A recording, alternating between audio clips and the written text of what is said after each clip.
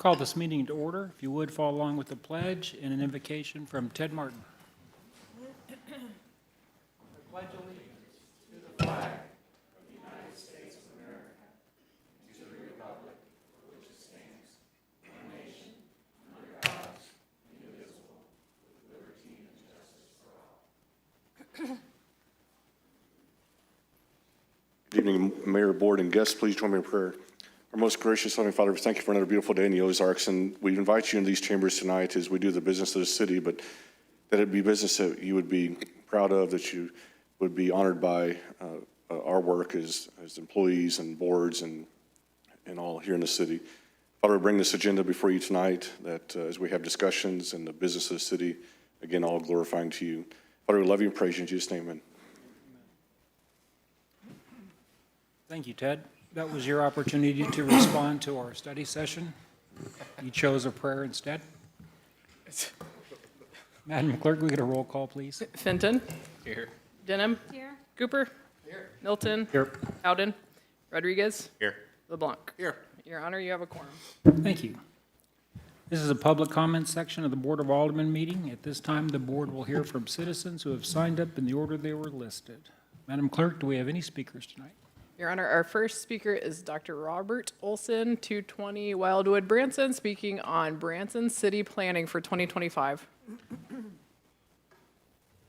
Good evening. How's everybody tonight? Great. That's great. You guys are good guys. I have some information that I want to give to you, Larry and the others. It comes from the federal government, the VAERS system, the CDC, also an organization that's part of the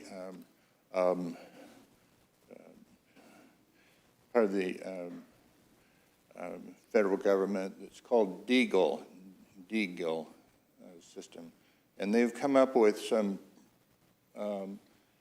projections what's going to happen in the United States and around the world, actually. And I'm just going to leave it with you. It has to do with a very significant reduction in the population, not only in the United States of America, but around the world, particularly the Five Eyes communities and Europe. But I personally don't believe the statistics I'm getting from Deagle. I don't think it's going to be that severe.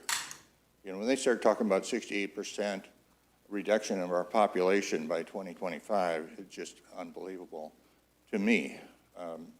But I believe I need to leave this with your secretary, and you can look at it and decide whatever.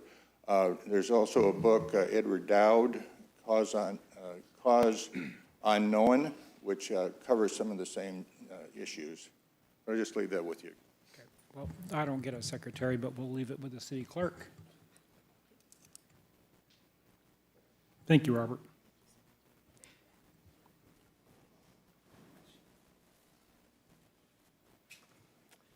Your Honor, our next speaker is Richie Zaitz, 3000 Green Mountain, speaking on health and safety. Good to see you all. We should have Bryce on here. We had last session. I'm hoping you're going to do something regarding I'll need you to speak in the mic, Richie. inappropriate activities as far as things that we feel might be detrimental to members of the community, people dressing up like women and possibly going in bathrooms with kids and stuff. But what I'm really here for, like I'm always here for, is to save lives. And on my website, we offer help to people that have taken the inoculation, the death inoculation. But I wanted to add something too, because you were talking about fire safety, and I think you might be aware that I lost one of my very closest friends in a fire with her mother and 2 dogs. And I'm a researcher, so I'm trying to find ways to help not let that happen to somebody else. They were upstairs. She was 91. It really had an effect on my life. When I go out and research things that are happening, such as what really is happening to America, we had 2,000 Chinese engineers coming across the border, land being bought next to our military complexes, very strange things going on in D.C. Everybody's really wondering what we're going to do. And since we do have capacity here to be autonomous from other things, it really comes from the top down as far as funding and other things and issues supporting the city. In the case scenario where we have people dying, I've lost a lot of my friends after they got the jab because of the cobra venom, which basically coagulates the red blood cells in the body. And I was talking to someone whose family member worked in the morgue, and they were pulling out 3-foot-long blood clots. And pregnant women, a 92% chance of a miscarriage. I don't think we're here to kill. But I went to Walmart, I was very surprised. Some of these medical facilities are not offering the COVID vac, which is experimental. And of course, you don't get your insurance covering it because it's experimental. So you're kind of stuck in a situation. We know there's a lot of money in big pharma. We know there's a lot of, it's just a lot of people getting a lot of money. We're seeing our budget in our state rise up rapidly for special interest groups. I've talked to several people that are running for positions. I am still indebted to you. I was in the core group with you guys to liberate our city. And for that, I'm very thankful, always will be. Okay, I love this town. A lot of people were here from California and other places that came here. I hope you're doing something to curb drag shows. I hope that we can somehow stop any COVID vax, which is still experimental, being distributed. You know, if someone were sitting with a gun to your kid's head, you'd say, no, don't do that. But they say it's okay. Go jab your baby. Go jab your you know, the pregnant woman. This is, and I have this personal relationships with people that have talked to me about these issues. It's not like we're on some agenda platform where we're just, you know, fanatics trying to be upset about things. No, it's very depressing, very, and as members, I know many of you guys have not taken the vaccine. You've said that in the past, and I'm hoping all of you haven't. We just keep seeing death. So I'm encouraging anyone that is listening tonight to go to our website and look for remedies and ways to curb the effects. And that is nomorejab.wordpress.com. And that's my only mission here. I love life. I know all of us love life. We love our families. We love our relatives. This is broken homes. We've had people separated on this issue. You don't need the vaccine, okay? You don't need it. It will kill you. You don't need it. It'll kill you in 1 or 2 or 3 steps, but it will take you out. And I've seen it over and over and over and over again. So with God's help, and we are praying for you, and I won't stop praying for you. Remember that. 30 seconds. So I appreciate the time here, and thank you, Hillary, for that announcement. Anyway, and I brought her some pens the other day because she said people were taking pens out of the office. But anyway, God bless all of you. I love y'all, okay? Thank you. Thank you, Richie. Madam Clerk? Our next speaker is Michael London, 1620 Miller Drive, speaking on Ozark Mountain Christmas marketing. Good evening, Michael London, 1620 Miller Drive. Came this evening to give you an update on what's happening relative to Ozark Mountain Christmas marketing for the upcoming year, as I see it from the bystander position, and to tell you about some things that I discovered while I was doing that investigation. Jerry Henry said in 2015 that what he saw on the newly designed website scared the tar out of him relative to Ozark Mountain Christmas coverage, and I'm hopeful that that would change over the last 7 years, but it hasn't. As you all received an email from me last week that showed that the current explorebranson.com website, the coverage of Ozark Mountain Christmas on the homepage did not have a single image of a Christmas music production show of Branson. None. And despite the fact that it had individual sections of many of the things that are featured in Ozark Mountain Christmas, there was none for shows until you get down to a directory and you dig through the directory and you can finally find something. So that's the best proof of there being a continuing problem, and I would encourage you to look at that video. But despite the numerous requests by the community to market Ozark Mountain Christmas year-round, and the board's having a resolution in October of 2021 where it asked everybody in the community to help support Ozark Mountain Christmas, and especially the entities that use the tax dollars of the community to push Ozark Mountain Christmas, and especially the shows and the other things that were featured in that resolution. That brings us up to last summer. You were supposed to have seen the ads for Ozark Mountain Christmas created by the vendor that you choose to create the ads in the summer, in July or August, but you didn't see them until September because of a delay after a delay after a delay, and then you didn't see them. Well, you didn't see the video ad, you only saw the print ads.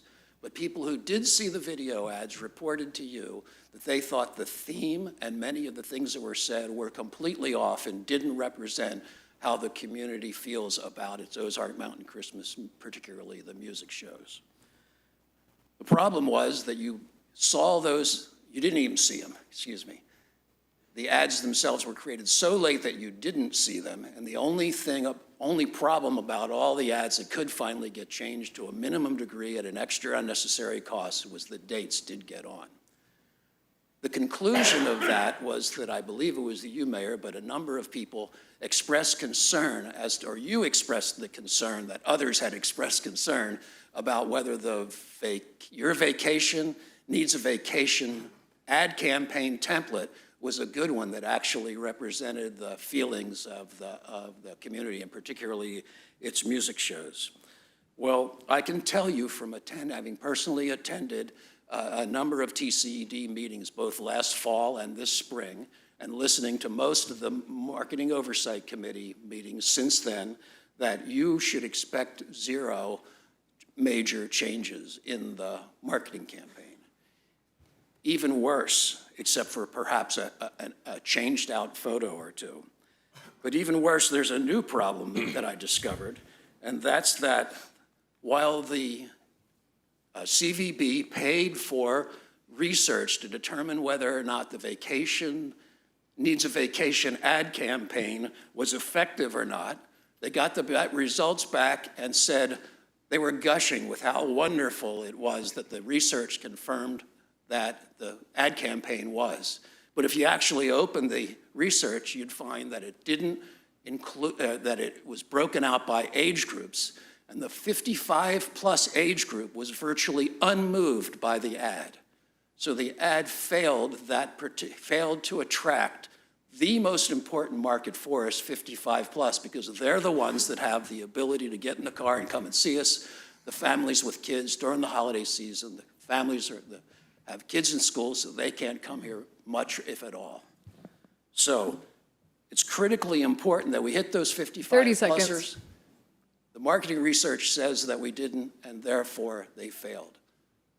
Now, but the CVB is still gushing about it. Now, most importantly, is they've hired that same group to do the overall marketing plan for the next 4 years.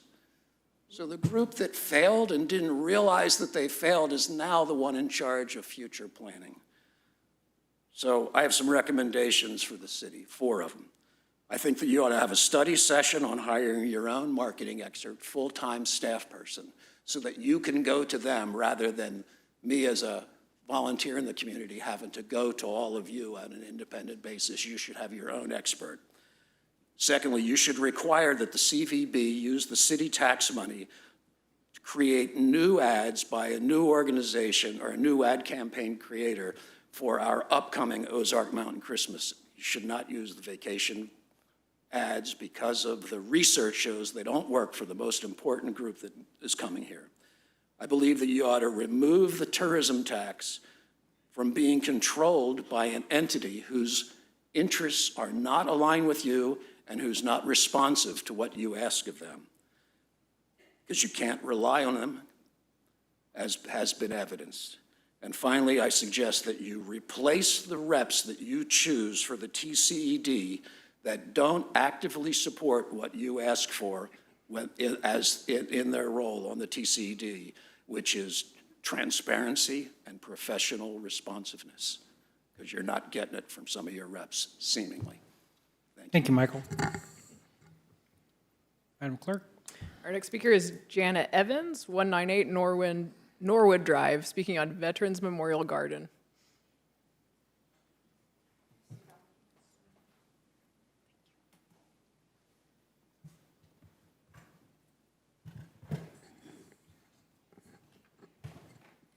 Good evening.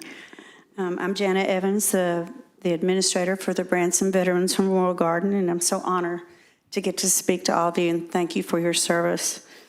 I'm going to give you a little history of the Veterans Memorial Garden. It was founded in 2007 by Ben Kennel, who was well known in the community for doing a lot of beautification projects all around the city, including Gifts of Green and Blossoms of Branson. But the Veterans Memorial Garden was created not only due to Ben's love for gardening, but also due to his passion for honoring our veterans. Ben was a sergeant in the Marines, as our mayor was, and so was my daddy. He was a drilling instructor for the Marines.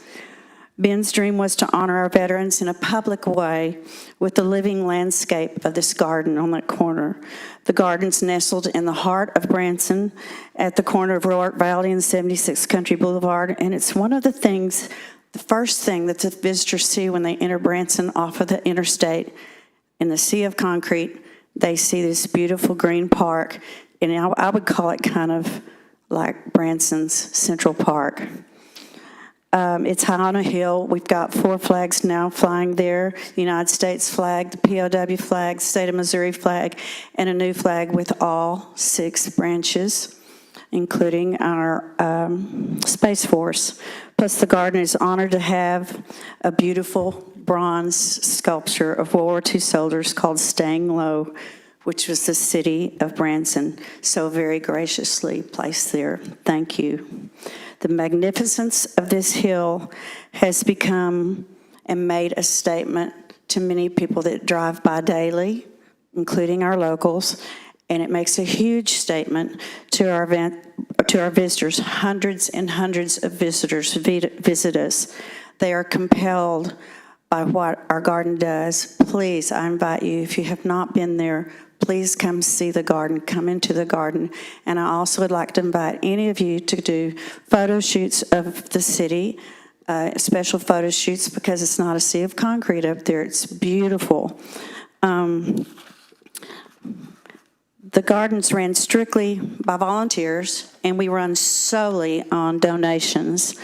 In the past few years, the garden has grown tremendously. In fact, it's almost doubled. We have a fence in the back that was donated by Home Depot, and it gave us a area back there that we can put our tools and our shed and everything and all our work materials. It cost a lot of money to run this garden.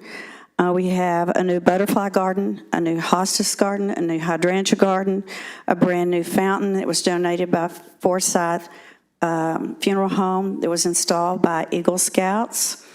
And we have the beautiful new Flag Plaza, which was donated by White River Electric, that you see when you're coming up the hill. Recently at the Flag Plaza, we had the 101st Airborne there a few weeks ago during Memorial Day.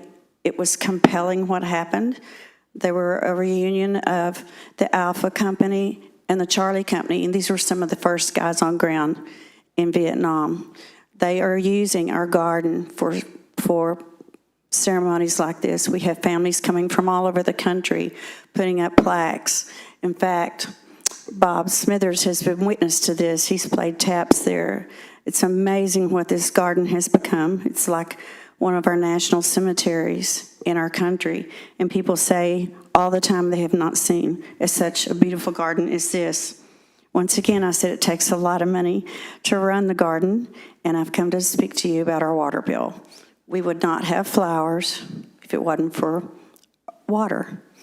And I know Ben has spoken to you earlier in the past, before he passed away, about the water bill, but we would be so honored if you could help us out a little bit on this. We have stories, and let me tell you real quick, on the volunteers. We're the lucky ones that get to meet some of our veterans that come up there. And we always ask our visitors, did you serve or do you know someone that served? And the most compelling story that I had one 30 day seconds. when I was just pulling weeds was this couple said, no, we don't serve, but we come to Branson all the time. And when we do, we come to the garden to pray for our son who's been on submarines for 12 years. So the garden's a beautiful place, and we would love to keep it thriving and would love to have a little help on our water bill. Thank you so much. Appreciate your time. Thank you, Janet. I have visited the garden several times, and it is outstanding, and it's moving. Thank you. Madam Clerk? Our next speaker is Don Wazileski, 240 Wimbledon Drive, speaking on short-term rentals.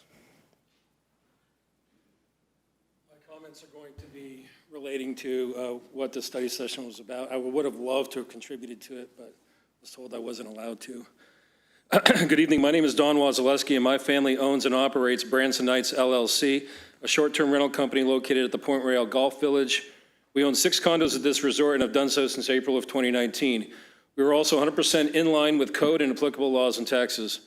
I'll try to be brief with my comments. However, there are several issues I'd like you to become aware of in terms of the significant growth of short-term rentals within the city limits. The first and most pressing issue is the saturation of nightly rental condos in our community. Every month, the amount of registered short-term units grow, whether they're licensed or not. This was exponential, especially following COVID's initial year of 2020. I do believe that Branson does have the capacity and need for these units in conjunction with the hotels in the area, since there is a diverse group of tourists that come and visit our community. These include the bus crowd, the guests looking for nothing more than a bed or a shower, and those looking for amenities that include a full kitchen within their vacation properties. That's what we offer.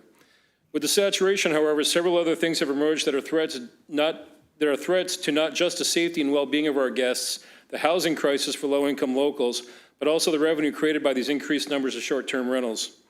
Before continuing, I would like to add that I am a strong supporter of limited government, reduced regulations, and letting the free market play out.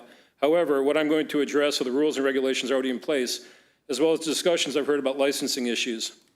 Whenever a person purchases a condo or other unit for short-term rental purposes, they are responsible for obtaining a business license for that unit, which includes having their condo inspected by the city inspector and the fire marshal, switching their utilities to a business account, and paying their 4.25% tourism tax. Many times, if not most times, out-of-town investors purchase their units, turn it over to a property manager to handle, and expect their licenses to be covered under the property manager's license. With this occurring many times, the city is made aware of the address by the property manager. However, the units are not inspected, and it is difficult to track down when a unit changes hands between property managers and whether or not the tax is even being prepared. This is also presuming that the property manager even discloses the new unit that is under their umbrella license. This poses a safety risk for the guests that come to visit.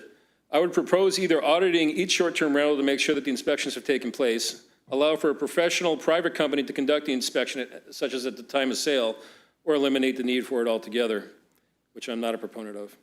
A discussion has taken place, from what I understand, about eliminating the umbrella licenses for property managers and requiring a license for every unit.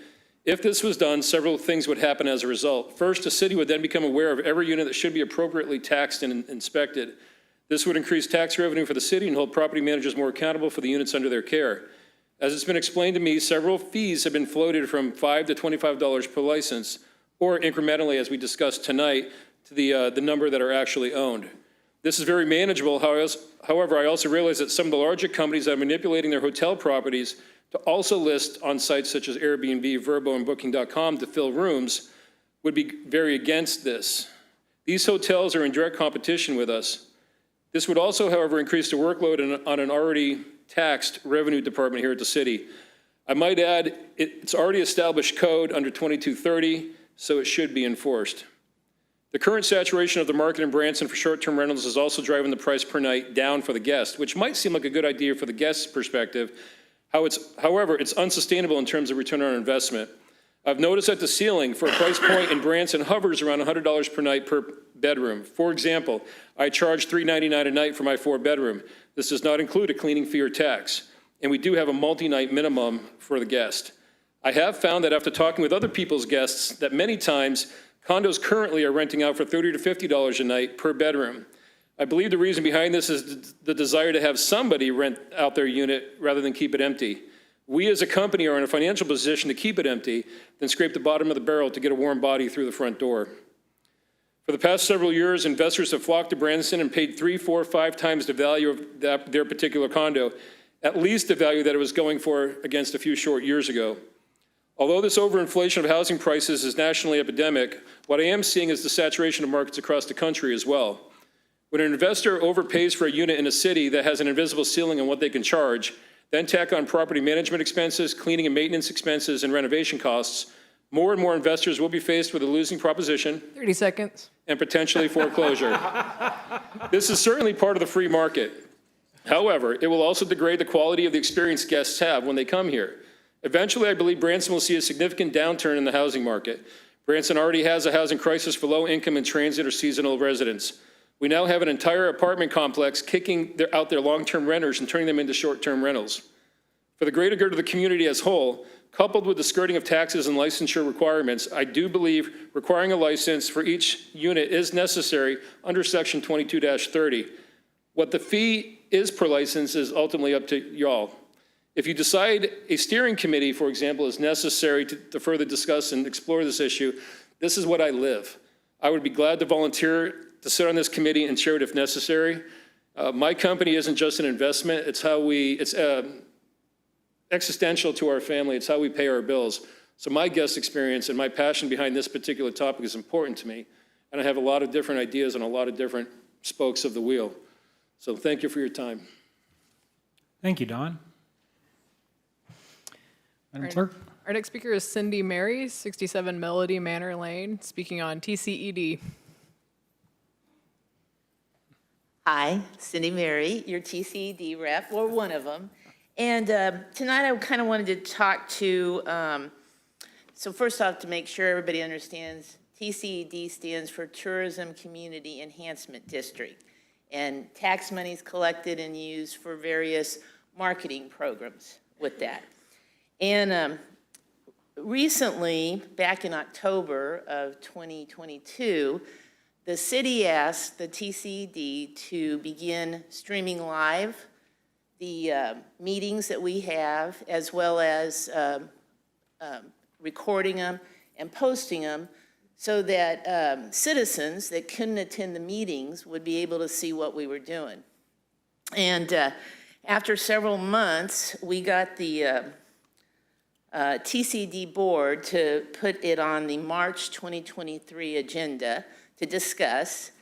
And after discussion, it was postponed till April to vote on it. And in April, I made the motion to stream live, record, and post all of the meetings of all of the committees that exist that handle open to the public meetings that discuss tax money. And that vote was defeated 4-2. And so the decision was made not to do that. But however, in the meeting, it was brought up that anybody can attend the meeting and can record the meetings. So I thought maybe to suggest that the city might appoint someone to attend all these committees and meetings and record it and post those meetings on the city's YouTube channel. Because a lot of the money that's being talked about and spent comes from the taxpayers within the city limits of Branson. And there's a lot of taxpayers, especially small business owners, that can't attend all of these meetings. And the thing that I'd like you to know is these committees consist of the Board of Directors, the Financial Oversight Committee, the Marketing Oversight Committee, Public Relations Committee, Meetings and Conventions Committee, Group and Reunion Committees, Student Market Committees, and Sports Committees. And I have on here, I'll give it to you when they meet, so you guys can consider that, because I think it would be a real duty to share with all the people that are interested in what's going on, the ability to be able to keep up with it and follow on. So that's my report. Do you have any questions or anything you'd like to know about what the TCD is doing? Anybody have anything? Everybody's well informed. What is the TCD doing? That's That's fine. I have been in several dialogues with TCD and continue to. I just want to say that I want to stay on the TCED board, so I want to continue doing what the city wants done. So, and thank you all very much for appointing me to the board. Very appreciated, Cindy. Thank you. Our next speaker is Bobby Wydeen, 120 Quail Road, Branson, speaking on kudos. Hi, Bobby Wydeen, 120 Quail Road, Branson. And I have to give a shout out to Kyle Laughlin, a City of Branson Utilities worker. We were doing our once a month fire drill, Ted. Yes, we do them every month at Head Start. This was Tuesday, May 23rd. It was about 2:30 in the afternoon. And it's quite a sight when we're pushing out babies in cribs and carrying kids and scurrying kids to our safe spot. And Kyle stopped his truck that he was driving up Falls Avenue and got out and said, "Is everything okay?" I'm like, "Yes, we're just doing our monthly fire drill. We're good." But I was very proud of being a City of Branson resident that he stopped and he asked, since it does look a little silly with all of us piling out of the building. And I thought everybody should know. So thank you to Kyle. Thank you, Kyle.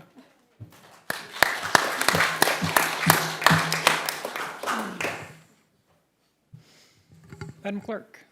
Our final speaker is Gary Groman, 350 South Wildwood, Branson, speaking on sexual identity. You having an issue there, Gary? Whoa. I thought the same thing when I was writing this. At my age, you know, about sex. Might be a good time for a bathroom break for me.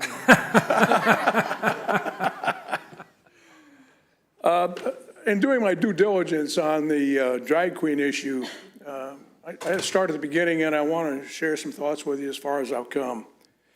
What place does sexual identity have in Branson entertainment? To me, very little, but Branson is wonderful, inclusive, and a caring community composed of both LGBTQs and straights. The online version of the Merriam-Webster Dictionary defines LGBTQ as an abbreviation standing for, quote, lesbian, gay, bisexual, transgender, and queer questioning. It is used to refer to individuals who identify with any of these sexual orientations or gender identities, end quote. The same source as to sexual orientation defines straight as, quote, relating to or characterized by sexual or romantic attraction to or between people of a different sex, end quote, or, quote, relating to sexual activity between individuals of a different sex, end quote. Using that criterion in terms of sexual identity, I am straight. Further, the sexual identity of most of the people in Branson and those in this room are probably straight. They care about Branson, appreciate its family-friendly environment, and support its 4 marketing pillars of fun, faith, family, and flag. They realize that most tourists coming to Branson, and upon which its economic success depends, sexually identify as straight.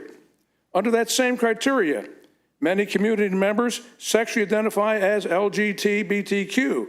They, no less than the straights, care about Branson.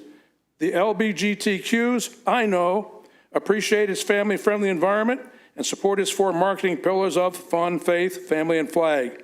They realize that most tourists coming to Branson, and upon which its economic success depends, sexually identify as straights. Caring about and appreciating the uniqueness of what Branson is and stands for is not a matter of sexual identity. One's belief in fun, faith, family, and flag is not a matter of sexual identity.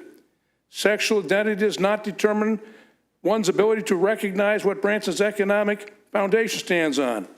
All of these determinations are a matter of heart and intellect for LGBTs and straights alike, not a matter of sexual identity. We straights and LGBTQs value Branson's inclusiveness and opportunities. We choose to live and work in Branson, not because of our sexual identity, but because of what it offers us and our families. The drag queen show issue and its potential impact on Branson tourism-based economy are equally important to LGBTQs and straights living and working in Branson. The following is part of the thought process I am going through in doing my due determinations. In terms of sexual identity, Branson's economy is overwhelmingly supported by straights. Now, these are my beliefs, but you have to believe something before you can make a decision, and I'm going to be involved in that somewhere along the line.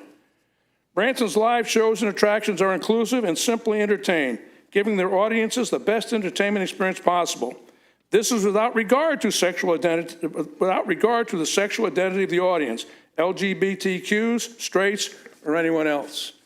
Branson live shows and attractions go to great lengths to be family-friendly and not to offend anyone for any reason, sexual identity or otherwise. As one of the country's most popular family tourist destinations, Branson is an oasis of entertainment and an environment free of sexual gender identities. That I cannot name one mainstream ticketed Branson show or attraction that is or can reasonably be perceived to be slanted toward a particular sexual identity. All drag queens or people performing in drag are not LGBTs, and all LGBTs are not drag queens.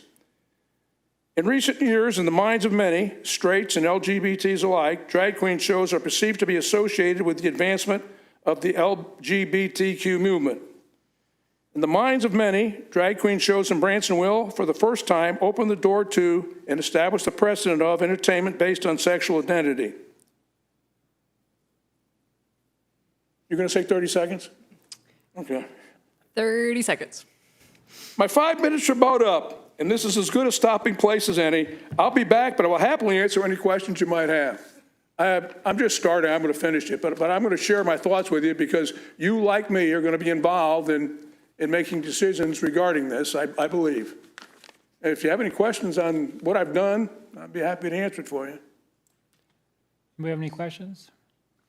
Gary, I did want to publicly compliment you on the articles that were written in the Globe this past week. I think they were very informative. Which one? You wrote two. I don't remember. That was 2 days ago. No. Was that the one on the city's handling the drag queen issue? Yes. Oh, yeah. That's thanks to Kathy and your staff. They gave me everything. I just carried it out what they gave me.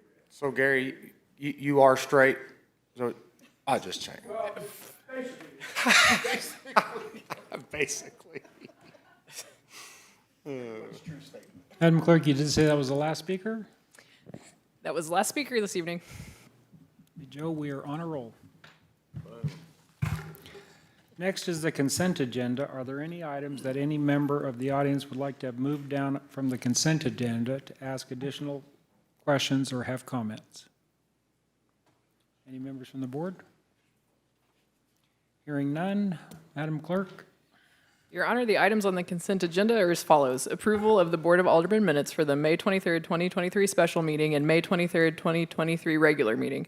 Acknowledge receipt of Board of Adjustment regular meeting minutes for the May 27th, 2021 meeting.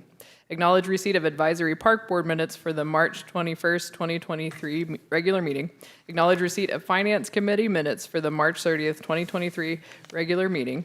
Final reading of Bill Number 6314, an ordinance approving a landlord's agreement and consent to leasehold mortgage between the City of Branson, Freeport Financial Partners, LLC, and the Track Branson OpCo, LLC, and authorizing the mayor to execute the contract.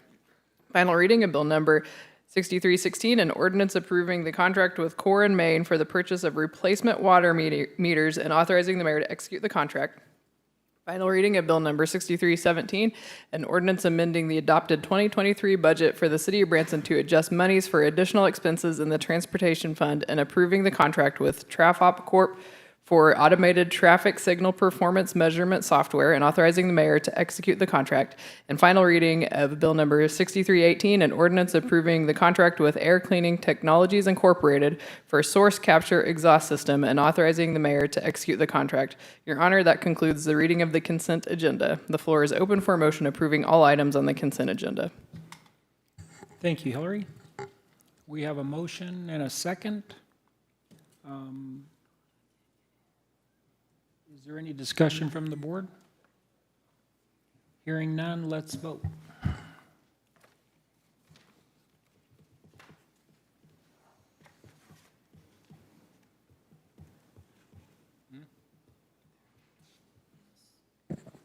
Yes. Okay. Yes, okay. The result of the vote is 5-0, motion carries. Thank you. Oh, board, here comes Ted. Your Honor, this is the first reading of Bill Number 6320, an ordinance amending Section 42-55 of the City Code pertaining to International Fire Code and record keeping. The floor is open for a motion to approve the first reading of Bill Number 6320. Why don't we go ahead and vote before Ted chews on us? We have a motion and a second. We'll get a staff report from Chief Martin. Mayor, members of the board, the fire department desires to amend the 2018 International Fire Code pertaining to third-party record keeping and reporting for inspections for fire and life safety inspections, including fire alarms, fire sprinklers, and commercial hood systems. The program is designed to help reduce false fire alarms in the city by having properly maintained systems. To make this short, we're joining a lot of other jurisdictions across the country, including Ozark, Springfield, Kansas City, Washington County Fire. And so from the earlier conversation about getting things up in the cloud, that's what this is. It's a cloud-based reporting system so we can see it and help people manage getting repairs made and reduce false fire alarms. So staff recommends that change. Very nice. Anybody in the audience have any questions, comments? Members of the board? Hearing none, let's vote.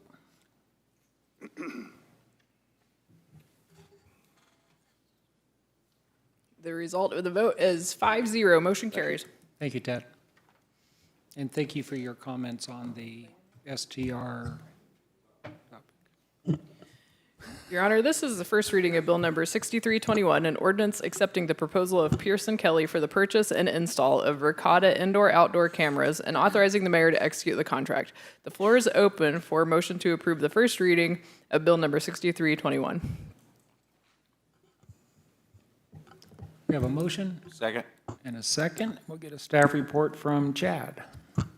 Mayor, members of the board, this item is an agreement with Pearson Kelly for the purchase and turnkey installation of an indoor-outdoor Verkada branded camera system for City Hall.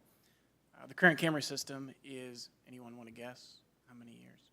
Over 20 years old, probably closer to 25. I'm pretty sure it was installed when we did the expansion of City Hall that we're sitting in today. So extremely outdated. And I found out last week that one of the two servers completely crashed, and it's kaput. So definitely more than on its last leg. As we progress forward with the new, as we progress forward with the new police station at some point in the near future, we'll no longer have our men and women of the badge in the same building. And so in that spirit, I think properly securing the building has become more of a priority. Staff in all departments have made a concerted effort to standardize our camera system throughout the city for the past several years into a single platform on Verkada. This is beneficial from a usability perspective because you can access video cameras from any building or area all throughout the city in a single pane of glass or from an app on your phone, for example. The solution allows you to easily configure permissions to grant certain departments or employees access to specific cameras that they utilize, while others, such as IT or PD, for example, police officers, can access all cameras, where, for example, utilities can only access their cameras in this single pane of glass. So it's very helpful from a IT support perspective.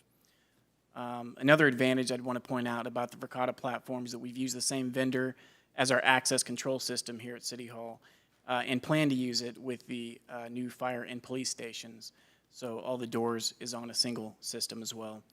This provides integration and enables sophisticated features that increase building security to not only log access to doors, but it allows you to link those doors' access activities to videos as someone moves throughout a building, for example. So just really quickly, I have a 2-minute, very short video I'd like to play for you that I feel like does a good job of summarizing several advantages of this platform.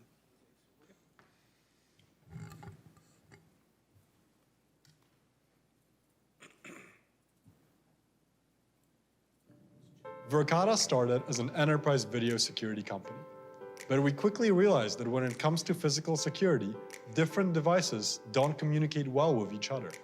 So, as organizations implement more and more solutions, managing all of these systems becomes extremely complex. That's not only expensive and inefficient, but it makes it fundamentally harder to keep people safe. We set out to change this. Now imagine all your security cameras, access control, environmental sensors, alarms, and guest check-in systems can be on a single pane of glass, under one platform, and can be accessed from anywhere, on any device. Starting with a software solution we call Command, users can not only monitor with ease, they can also leverage different products to gain more insights and minimize blind spots. And with our hardware, they're easy to install and can be online in minutes. They transmit data securely and store it encrypted at rest. And because they're managed through the cloud, organizations can easily scale their device fleet according to their needs. With Verkada's platform approach, we are seeing commercial spaces becoming safer and smarter. Now, an investigator can go through days of footage in a matter of minutes. An employee can drive through a gate without ever having to look for a badge. An organization can tailor its welcome experience for its guests. An administrator can lock down doors and sound the alarm before an incident ever happens. We understand that protecting people and assets in a privacy-respecting manner is a huge undertaking. We believe it requires the combinations of different solutions all seamlessly working together. That's the power of Verkada.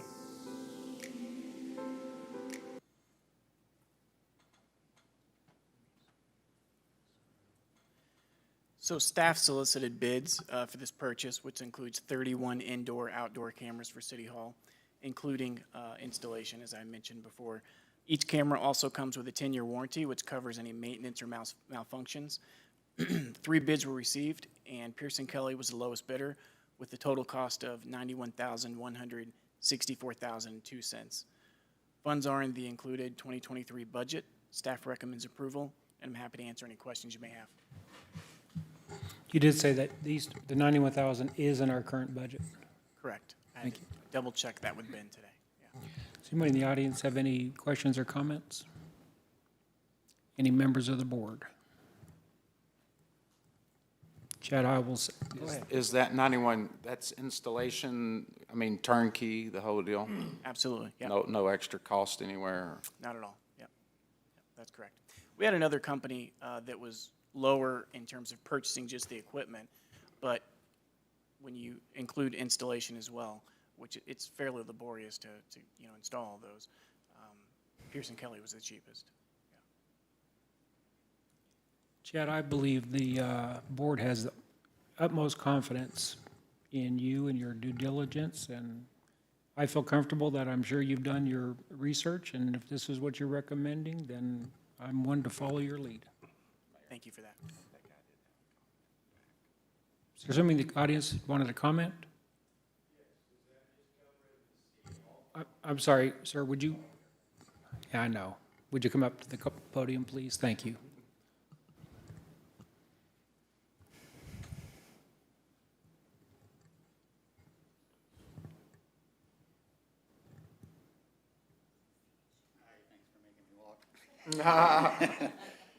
My name is Gary Sloss. I'm kind of not new to the area, but new to the city, basically. Is this kind of stuff, does this cover all of the city utilities, the maintenance buildings, the shops, the storages, or is this just a package for City Hall to glorify City Hall? Chad? Yeah, it's a good question. So this specific purchase is just for City Hall. However, we do have cameras in many other locations throughout the city on this platform.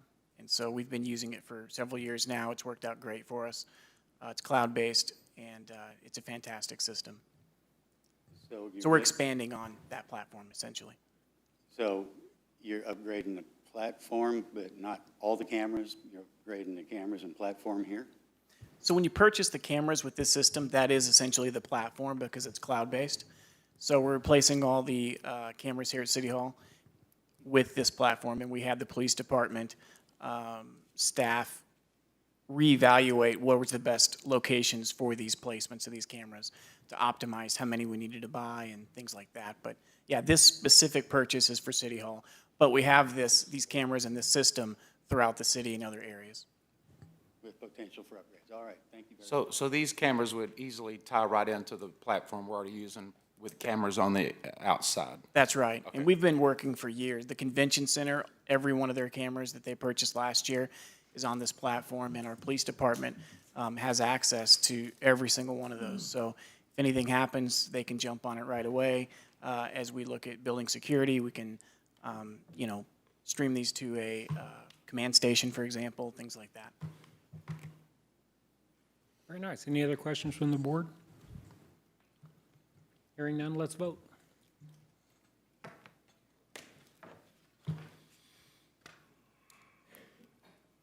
Yes. The result of the vote is 5-0. Motion carries. Maybe we could upgrade our iPads. I'm just going to keep moving here. Keep moving. Your Honor, this is the first reading of Bill Number 6322, an ordinance approving the contract with Connell Insurance Incorporated for property, liability, workers' compensation, and cyber liability insurance coverages, and authorizing the mayor to execute the contract. The floor is open for a motion to approve the first reading of Bill Number 6322. Good evening. Hold on, we have a motion. Second. Ruth, second, and we'll get a staff report from Haley. Good evening. We are here presenting the 2023 to 2024 insurance renewal information for property and casualty coverages. Connell Insurance, a Higginbotham partner, conducted a thorough analysis, and together we determined that renewing with our current insurance is the most favorable option for cost, terms, and service. In addition to our current policy, we're also requesting an additional line of coverage for wind hail buyback coverage. That is an additional expense. This coverage would provide, in the event of an incident, it would allow the city to pay $100,000 on a per occurrence basis instead of our current policy requiring 1% per building, subject to a minimum of $100,000. Right, so it's moving us to a per occurrence versus a per building policy. That is an extra expense. Part of that expense, of course, is covered by the convention center. So the total for all of the policies combined is $1,458,999, subject to change, of course, as we have buildings that come off or come on. But that would include that additional wind and hail coverage. These costs are in the city budget, aside from the additional line.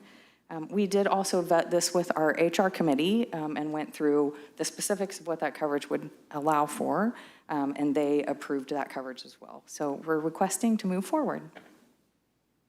Any questions? Haley, you said that it was in our budget except for the addition. Will we have to do a change to move the funds to increase that amount? Ooh, I'm not sure. I know that Ben has approved all of the cost within the budget, so I don't think he's Okay. here. I'm sorry. Well, if we do, it'll come back. So if we do need an amendment, we would ask Ben for that, but he's approved everything already and said that this was covered in our budget, so. Very nice. Anybody in the audience have any questions or comments? Any members of the board? Hearing none, let's vote. Good job, Haley. Thanks. The result of the vote is 5-0. Motion carries. Thank you very much. Thanks, Haley.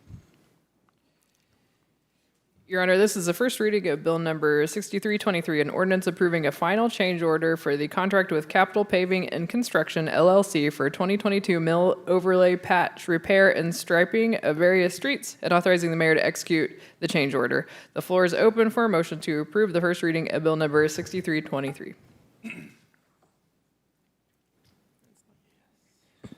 We have a motion Second. and a second. And we'll get a staff report from Michael. Hello, Michael. Hello. Thank you, Mr. Mayor, and members of the board.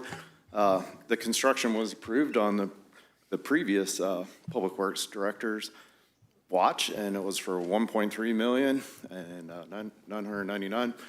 This is a final change order for a negative $75,387.50, so under budget, on time, delivered. I hope you enjoy our new parking lot that's outside, and it was a happy experience to finish it up. So I know everybody that's watching, that staff, appreciates that our parking lot's done. So. Excuse me a second, Chad.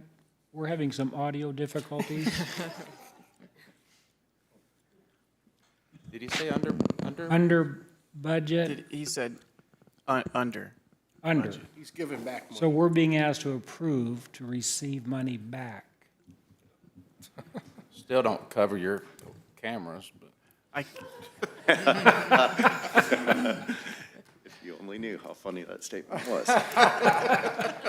Yeah, there's some history with that, with us. Sorry. We'll just leave that Yeah, alone. A little salt in the wound Move there. on. Sorry about that. But the good news is he can afford these cameras that he needs now, because he can. I'm gonna put it right back into the roads next time we meet. We're in good. You we're in good watch. shape. I'll stop holding your meeting up there. You go right ahead. I'm coming back for $2 million. Fair warning. Michael, I have recently read a report of some of the road work that you have been accomplishing and that you're currently accomplishing, and the community is noticing. I really appreciate that. Our guys are hustling ahead of some futuristic ways of looking at treatments on the road. You've always taken a single linear approach to road treatment, and we're going to try a couple different things and see how the community reacts. We're going to look at some safety improvements on Gretna, look at lighting. There's a lot going on, so we're really proud of everybody rolling up their sleeves and getting to work. So, Very nice. thanks for your time tonight. Well, I think we have to move on with this one. So anybody in the audience have any questions, comments, or jokes? Members of the board? Hearing none, let's vote. Joe, I'd like to make a note of the time, please. Yes. We're in the report section of the meeting. The result of the vote is 5-0, motion carries. Now go. You got it. Now we're into the report section. Alderman Fenton. You know, Mayor, I got nothing. Alderman Denham. Yes, last week at our P&Z meeting, our Planning and Zoning Commission meeting, we appointed new leadership. So our new chairman is Gary Groman, and our new vice chair is Rick DeYager. That's all I have. Very nice. Alderman Cooper, any words of wisdom? Well, I just want to remind the community and anybody that's listening to remind them about the big auction coming up Friday. Is it at 9:30? What time does that auction start at the White House? 8 o'clock. 8 o'clock in the morning. Now, there's an open house and inspection period tomorrow, is that correct? Oh, on Thursday. What time is that? Hang on a minute. So from 11 to 1 this Thursday, anybody have any interest with the items, they're free to roam around and go look and inspect and come on up, you bet. Keep on smiling. Yeah, keeping a smile. So, yes, it's open inspection. They'll be led around by staff members that are there to make sure that it's safe and that they walk in and get to see what they want to see and be directed to where it is so they can do their inspection and move on. But it's definitely staff-led and led by the auction company for sure. So it'll be a fun time. If you're bidding over $5,000, which Clay Cooper is, he's going to go to the bank and I've already got my letter of credit, go. dude. I'm Get ready. the letter of credit. So if you're today. bidding above 5,000, and we are excited for Chief Schmidt, I'm excited to see us, I hope, hundreds of thousands of dollars, but we'll see what you all bring. And Clay so, said he's spending a minimum of 500, so. not 5,000? No, 500,000. 500,000. I Oh, like it. no. I want to highlight there's a $1.1 million LED screen that would look wonderful There you at go. your theater. I'll enter his first bid. It's on sale. On sale. Oh, Yeah. okay. Well, now we're talking. But need to super excited. Public Works in cooperation with the Police department, we've worked really hard just to give it a little spruce up. It's the first opportunity for the community to actually see the building in its state it is, and probably the next time they'll get to see it again, it will be a wonderful working building for the well-deserved police department, so. So just to clarify, in order to bid, you have to be there at 8 a.m.? Yeah, they open up at 8 a.m. to sign up, and I believe bidding, the auction will start promptly at 9 o'clock, and they'll start working through. We'll work through the west wing, which is all the tables that are set up, and go. We'll make sure to release some more stuff online. So I could get there at like 8:40, right? Being Sign who up? you are, absolutely, so. No, I just want to make sure I don't miss it. I'm But I don't wanna just be there hoping at there's 8. not 1,000 people in line to sign up, and the auction goes, and that LED screen already sold I just before you bought can a get new one there. of those. I'll see it at 8. There you go. Thank you. And I want to remind the community that 100% of our sale proceeds goes back into our public safety fund. Correct, Kathy? Correct. Alderman Rodriguez. I got nothing. Alderman LeBlanc. Yes, sir. Thank you so much, Mr. Mayor. This weekend, I attended a Determined Patriotism Conference that was held here in Branson. Just a little over 200 people from all over the country, and I say all over the country because they came as far as California, Nevada, East Coast, and all in the Midwest. And they had some great speakers there. Mike Lindell was there. General Flynn was supposed to be there, but he didn't make it. But what was really interesting to see is just, you know, they had this conference here in Branson, Missouri, and the level of patriotism that they brought. And, you know, there was a question asked to the panel, and no one on the panel could answer the question. However, I kind of threw myself in front of the panel and said I could answer that question, because the question was, how do we take back our city government? And, you know, based on what we've done over the last couple of years, I felt I had a compelling answer. And the event organizer kind of said, no, we're reserving comments for the panel. And then he later found out that I was part of the Board of Aldermen here. So the next morning, he actually brought me on stage and allowed me to share 5 minutes about our city and what we're doing here, and that we declared Branson, Missouri, the most patriotic city in America, and that we are faith, family, flag, and fun, to which everyone in the crowd cheered, you know, incessantly. And I'm going to go off on a little tangent here to my friend Clay Cooper.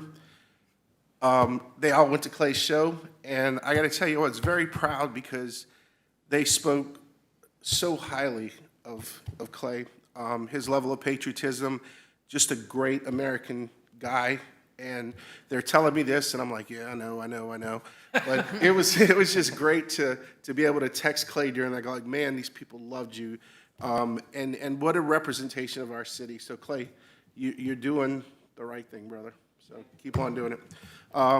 And that's pretty much it. That's all I got. Yep. Great report. Kathy? That's a tough one to top. So I just want to express my thanks to the board and to the mayor tonight for the study session before this meeting. It helps kind of point us in the right direction. So we'll be working over the next couple of months to come back to you all with some ideas that you can flesh out and that we can make sure we get the public's input on as well. To the gentleman in the back, I would love to connect with you before I leave tonight. If we can connect, if you've got a card that you can share with me, because I would love to have you a part of that conversation on short-term rentals. So thank you. I want to make sure I said something before you left. And the other thing I would just want to prep you for, this is going to be a very busy summer for us in City Hall. You'll be soon getting an update from me on all the different things that we've been working on between all of the board meetings and study sessions. There's a lot of other things happening, so I want to make sure you're all up to speed. But additionally, I appreciate your flexibility on upcoming study sessions and a special meeting as well. Not everything fits under the study session heading or umbrella, but there's so much heavy content that we're dealing with right now that we're going to need your guidance on. So I would appreciate, I'm thanking you in advance for your flexibility on your schedule coming up this summer. Thank you. I just want to briefly share that over the past, couple, 3 weeks, 30 days, I've been involved with a few meetings with Kathy Stepp, Ben, and Joe, our city attorney and accounting. And I'm going to tell you, we have a crackerjack team. the level of things that they are working on right now, which you'll be hearing about here very shortly, the caliber that they're working on and those entities between Joe Lauber's team and Ben Hart's team and Kathy and her team, it is just so reassuring to me that we are really, really on the right track. So I just want to publicly acknowledge you guys. Other than that, Clay, do you have anything you need to read? I sure do. I move to go into closed executive session pursuant to 610.021.2 for real estate and 610.021.12 for negotiated contract. Second. You second, Chuck? Yep. So we have a motion and a second. Please vote.